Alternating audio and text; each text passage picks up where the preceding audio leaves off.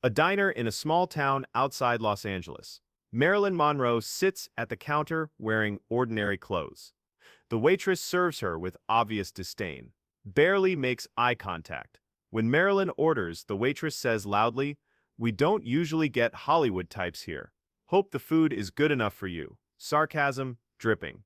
Other customers turn to look. Marilyn doesn't react, just waits for her meal. When she goes to pay, something happens that changes everything. Before we continue with this story, please take just 10 seconds to subscribe and hit that like button. It helps us bring you more stories like this one. Now, let's discover together what really happened in that small-town diner, Highway 101 north of Los Angeles. Two-lane road through dry hills, brown grass and heat. A small town appears after 20 miles, gas station. Post office. A diner with gravel parking lot. Rosie's, single-story, white paint peeling, red trim. Neon sign flickering. 4 local cars parked inside long counter with chrome stools. Red vinyl, checkered floor, booths with jukeboxes.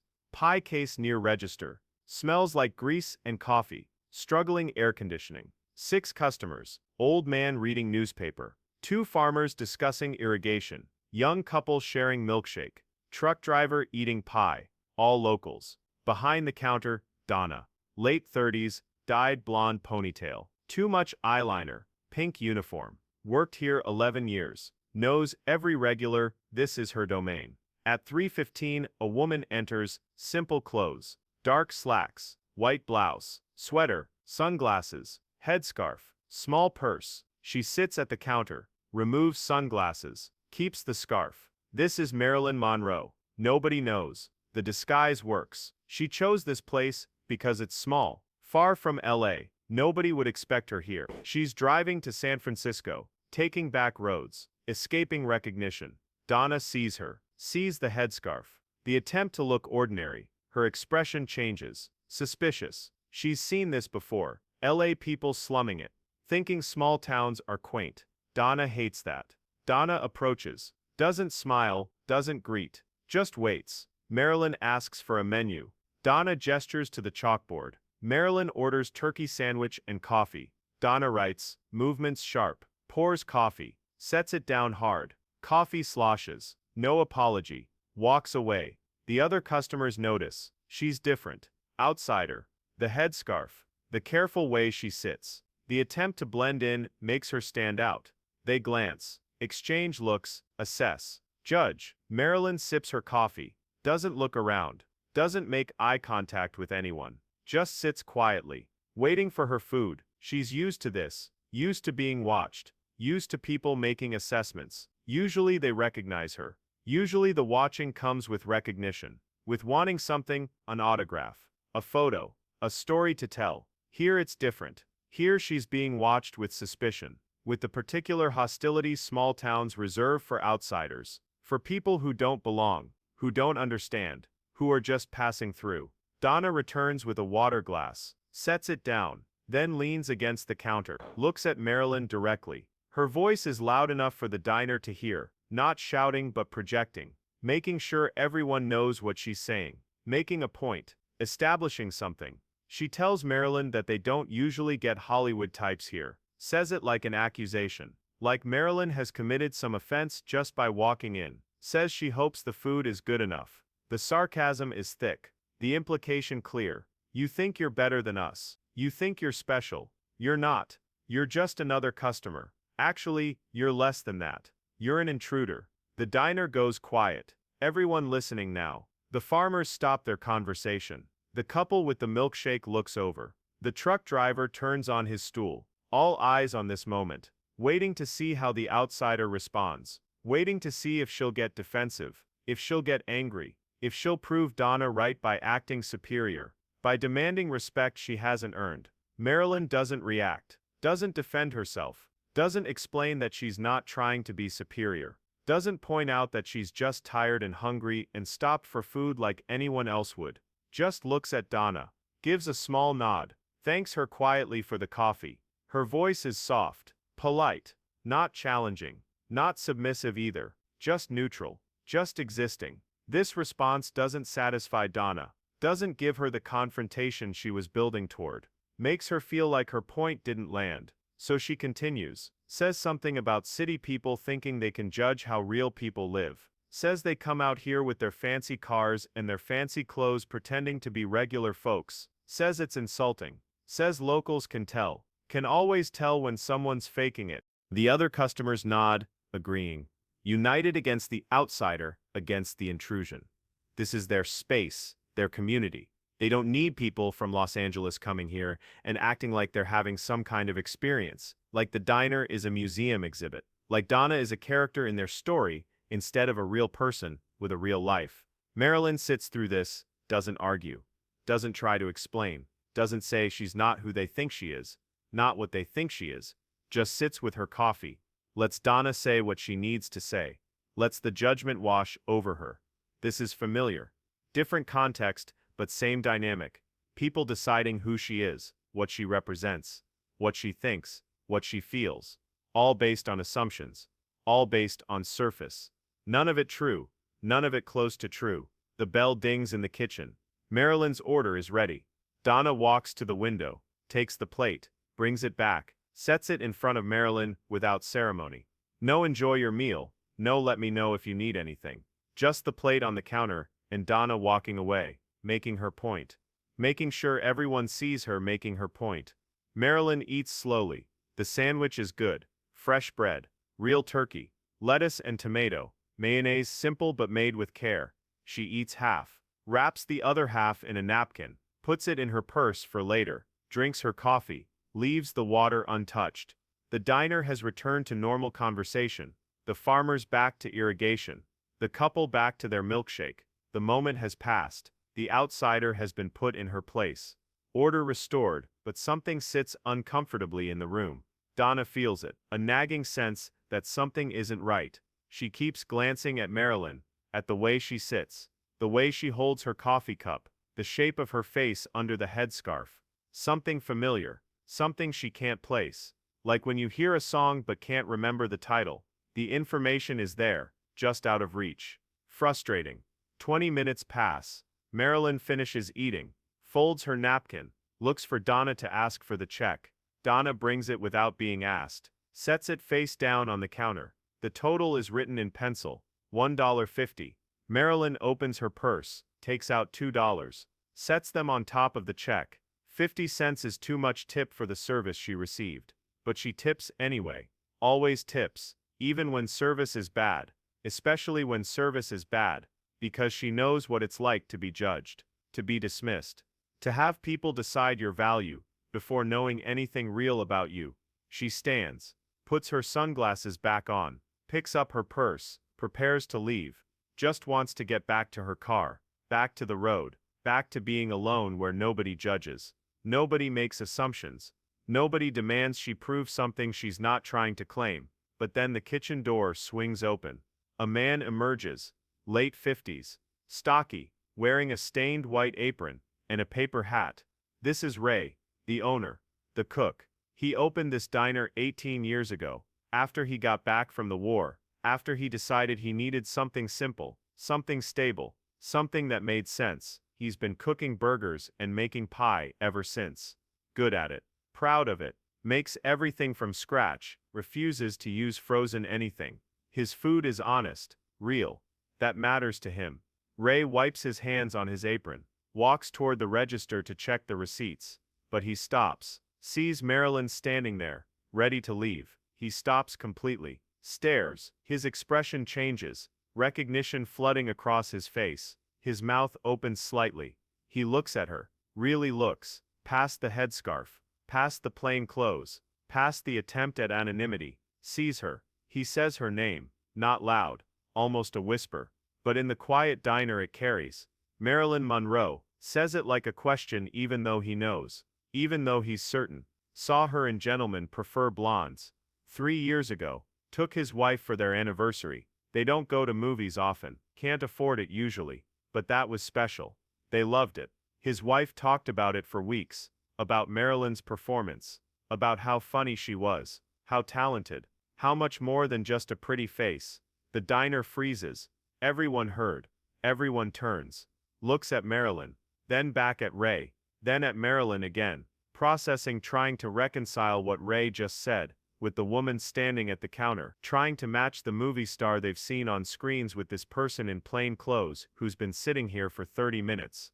Donna's face goes white. Then red, her mouth opens, closes. Opens again.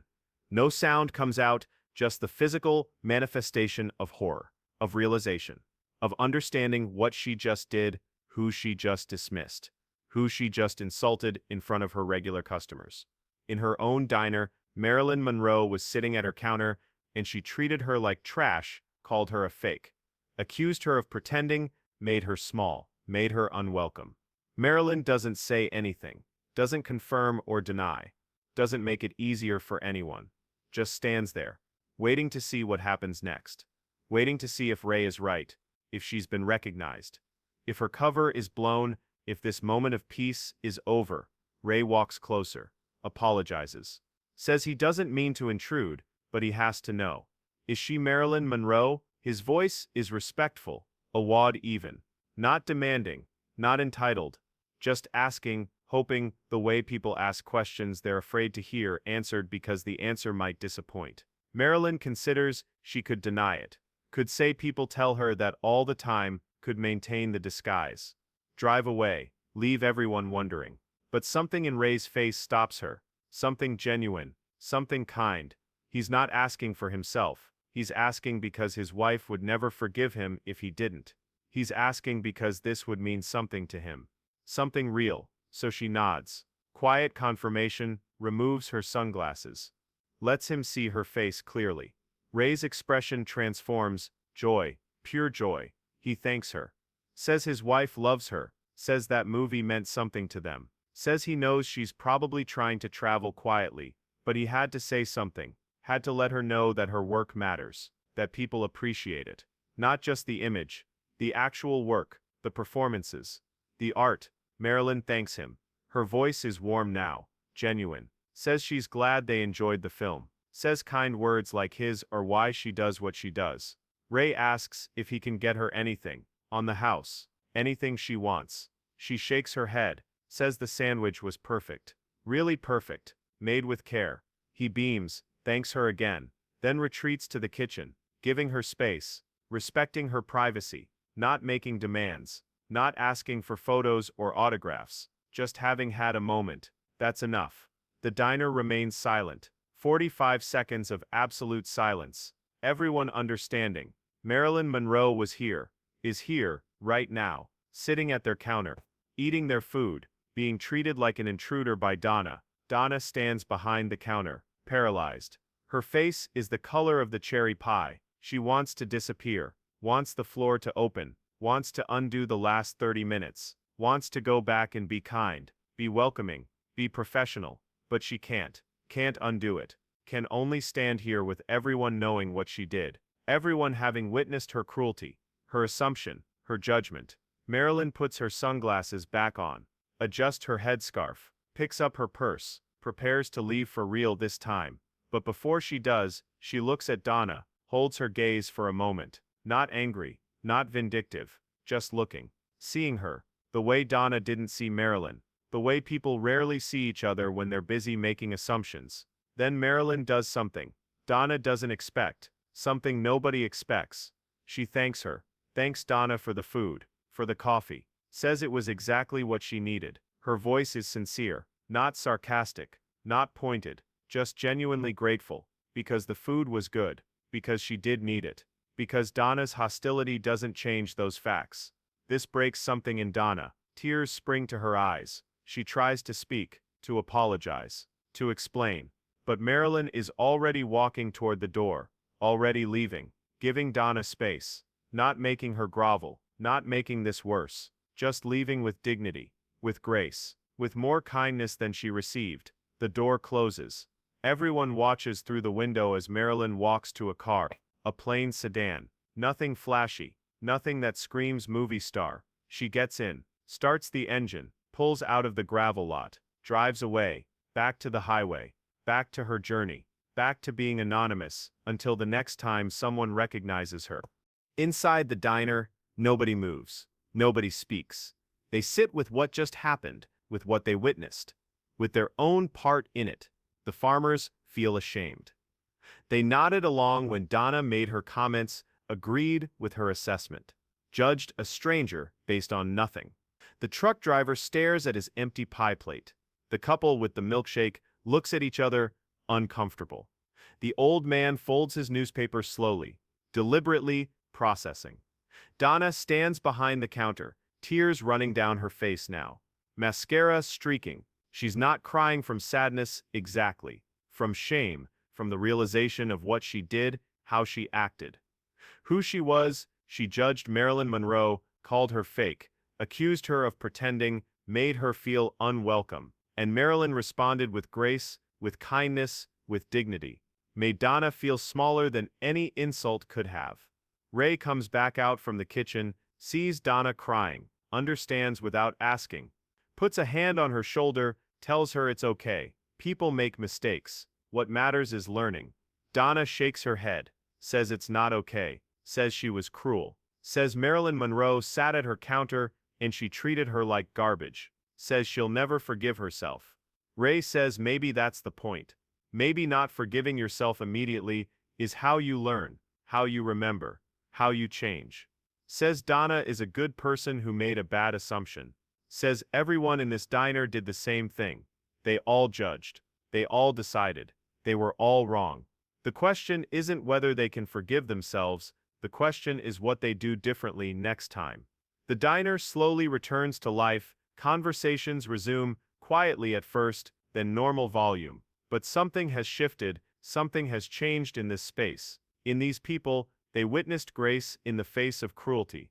Witnessed someone choosing kindness when judgment was what they received. Witnessed Marilyn Monroe being more human than they allowed her to be. Donna works the rest of her shift in a daze, serves customers mechanically, can't stop thinking about those 30 minutes, about every word she said, every assumption she made, about Marilyn's face when she thanked her at the end. The sincerity, the lack of anger, the grace. That night, Donna goes home to her small apartment above the hardware store, calls her sister in Bakersfield, tells her what happened, says she met Marilyn Monroe, says she was horrible to her, says Marilyn was kind anyway. Her sister listens, says Donna should write a letter, apologize properly. Donna considers this, writes several drafts. None of them feel adequate.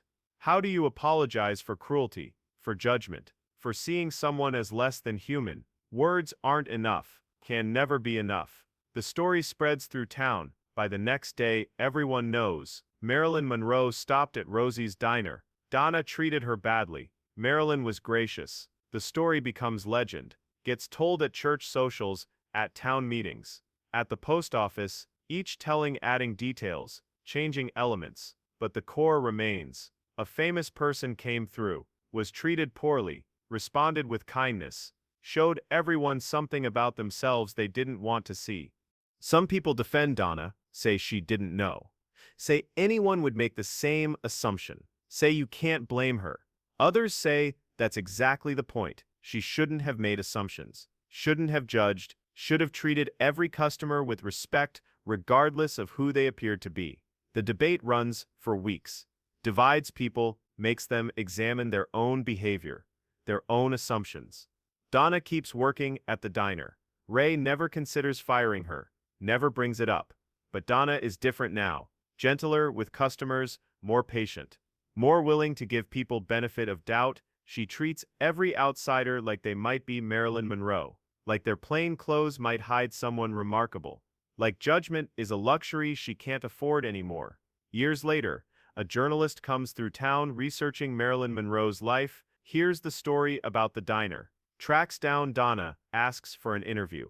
Donna agrees, tells the story honestly, doesn't spare herself, doesn't make excuses, says it was the most important 30 minutes of her life, says Marilyn Monroe taught her something no one else could have, taught her that grace isn't about never being hurt. It's about how you respond when you are. The journalist asks if Donna ever heard from Marilyn again. Donna says no, never got a letter, never got a message, never heard anything, but she didn't need to. That moment was enough. That thank you at the end. That dignity, that kindness. That was the message. That was everything. Think about the assumptions you make about strangers, about people who seem different, about people you decide don't belong. Marilyn Monroe walked into a diner and was judged immediately. Decided she was pretending, faking. Superior, none of it true, none of it based on anything real. She could have responded with anger, with entitlement, with all the power her fame gave her. Instead, she responded with grace, with kindness, with more humanity than she received. That's strength. That's dignity. That's the lesson. Subscribe for more stories about the moments that reveal who we really are, and ask yourself, who did you judge today based on nothing?